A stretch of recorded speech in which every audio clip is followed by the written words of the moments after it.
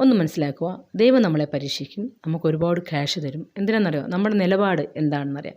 ഒരു വിശ്വാസിയുടെ നിലപാട് എന്താണെന്ന് പരീക്ഷിക്കാൻ വേണ്ടിയാണ് അള്ളാഹു നമുക്ക് ചിലപ്പം ഒത്തിരി കാശുകൾ തരും, സുഖസൗകര്യം, ഒത്തിരി ആരോഗ്യം തരും, ഒത്തിരി സുഖ സൗകര്യങ്ങളൊക്കെ തരും. ഇതൊക്കെ നമ്മുടെ നിലപാട് പരീക്ഷിക്കാൻ വേണ്ടിയാണ്. അതുപോലെ തന്നെ വിശ്വാസിക്ക് പട്ടിണി, ദാരിദ്ര്യം, വേർപാട്, ഇങ്ങനെയൊക്കെ അതും ഒരു വിശ്വാസി ഇങ്ങനെയെല്ലാം ഉണ്ടാകുമ്പോൾ ദൈവത്തിനെ പഴിക്കുകയോ അതെയോ വിശ്വാസത്തിൽ മുന്നോട്ടേറുവോ അങ്ങനെയൊക്കെയാണ്. അപ്പം പരീക്ഷണമാണ്.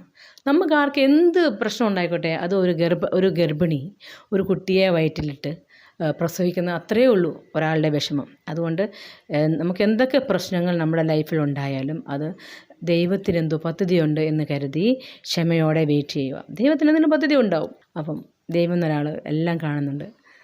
നമ്മളെല്ലാവരും ദൈവത്തിന് സമർപ്പിക്കുകയാണെങ്കിൽ തീർച്ചയായിട്ടും ദൈവം നമ്മുടെ കാര്യങ്ങൾ ഏറ്റെടുക്കും, ഉറപ്പാണ്. അപ്പം എല്ലാവർക്കും സക്കാത്തൊക്കെ എല്ലാവരും നിങ്ങളാൽ കഴിയുന്നത്, കടമില്ലാത്തവർ, ബുദ്ധിമുട്ടില്ലാത്തവരൊക്കെ ചാരിറ്റി ചെയ്യുക.